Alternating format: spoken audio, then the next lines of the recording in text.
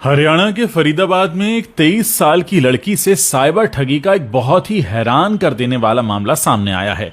Cyber ठग ने लड़की को 17 दिनों तक घर के अंदर बंद रहने पर मजबूर कर दिया। कहीं आपके साथ ऐसा ना हो, इसलिए इस घटना को पूरा ध्यान से सुनिए। इसे डिजिटल अरेस्ट का नाम भी दिया जा रहा है। इस दौरान ठगों ने लड़की से 2.5 लाख रुपए भी हड़प लिए। पीड़िता ने बताया कि घटना की शुरुआत 12 अक्टूबर को हुई, जब लखनऊ से उसके पास एक कॉल आया। इसके बाद वो ठगों के झांसे में ऐसा फंसी कि खुद के घर में ही कैद होकर रह गई। आपको बता दें कि साइबर ठगी का शिकार हुई लड़की का नाम अनन्या है, फरीदाबाद की रहने वाली है। एक इंटरव्यू में अनन्या ने बताया कि सब कुछ ठीक चल रहा था। इस बीच 12 अक्टूबर को उसके पास एक कॉल आया। कॉल करने वाले ने कहा कि वो लखनऊ कस्टम ऑफिस से बोल रहा है और आपके आधार कार्ड के जरिए एक पार्सल कंबोडिया भेजा जा रहा है। इसमें कुछ पासपोर्ट हैं और एटीएम कार्ड भी हैं। खुद को कस्टम ऑफिस का बताने वाले शख्स ने अनन्या से आगे कहा कि वो 5:30 बजे से पहले इसको लेकर लखनऊ पुलिस में एफआईआर दर्ज करवा ले, नहीं तो उसे कोर्ट में पेश होना होगा। ये सुनकर अनन्या थोड़ी घबरा गई। वो अपनी मां को बताने के लिए जा ही रही थी कि सामने वाले ने कॉल को कथित पुलिस अधिकारी से कनेक्ट कर दिया। इस पर अनन्या उससे बात करने लगी। अब अनन्या बताती है कि जब मैंने उस कथित पुलिस अधिकारी से बात की तो उसने कहा कि एफआईआर के लिए मुझे वीडियो कॉल पर आना होगा, क्योंकि डिजिटल एफआईआर कैमरे पर ही होती है। इस पर मैंने स्काइप ऐप ज्वाइन किया और कैमरे के सामने बैठ गई। सामने पुलिस की वर्दी पहने कुछ लोग खड़े थे और थाने जैसा ही बैकग्राउंड भी बना हुआ था।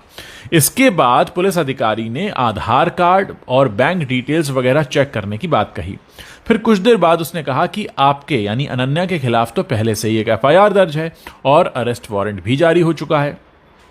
उसने बैंक के अधिकारी का नाम लेते हुए कहा कि आप उससे एसोसिएटेड हैं और उसके खिलाफ ह्यूमन ट्रैफिकिंग जैसे गंभीर केस दर्ज हैं। हमारे पास सबूत हैं, गवाह हैं, दोनों मौजूद हैं। यह सब सुनकर अनन्या काफी घबरा गई। इसी बीच वीडियो कॉल पर बात कर रहे कथित पुलिस अधिकारी ने कहा कि अनन्या आप 1 मिनट रुकिए, हम आपकी बात सीबीआई अधिकारी से कराते हैं। और कुछ देर बाद एक सो कॉल्ड कथित सीबीआई अधिकारी भी लाइन पर आ गया। उसने अनन्या से कहा कि जितनी कीमत का आपके खिलाफ चार्ज है, वो बताया गया था करीब 3 करोड़ 80 लाख का, तो उसका 5% यानी 15 लाख रुपया आपको अभी देना होगा, नहीं तो हमें आपको तुरंत गिरफ्तार करना होगा। जब अनन्या ने इतने पैसे देने में असमर्थता जताई तो उसने कहा कि अब हम आपको डिजिटल अरेस्ट कर रहे हैं। इस दौरान आप अपना स्काइप बंद नहीं करेंगी, 24 घंटे हमारी निगरानी में रहेंगी, कैमरा ऑफ कर सकती हैं, लेकिन हम आपकी आवाज सुनते रहेंगे। और इस तरह ये लड़की जो है ये अपने ही घर में कैद होकर रह गई। मतलब मामला यह था कि अनन्या ने जब अपने घर वालों को इस बारे में बताने के लिए कहा तो कॉल पर मौजूद जो शख्स था उसने सख्त लहजे में मना कर दिया। उसने कहा कि हम आपकी मदद कर रहे हैं, आपको इस बारे में किसी से बात करने की जरूरत नहीं है, यह बहुत गोपनीय मामला है। 3-4 दिन ये सब चलता रहा। फिर एक दिन कॉल करने वाले शख्स ने कहा कि अनन्या आपका केस कोर्ट पहुंच गया है, जज से बात हुई, उन्होंने आपका केस प्राथमिकता पर रखा है, जमानत राशि के तौर पर आपको 15 लाख रुपए देने होंगे। जब अनन्या ने कहा कि मेरे पास इतने पैसे नहीं हैं तो उसने हिंट दिया कि आप अपनी पढ़ाई की फीस से पैसे दे सकती हैं, यानी उनको पता था कि इसके पास फीस के पैसे होंगे।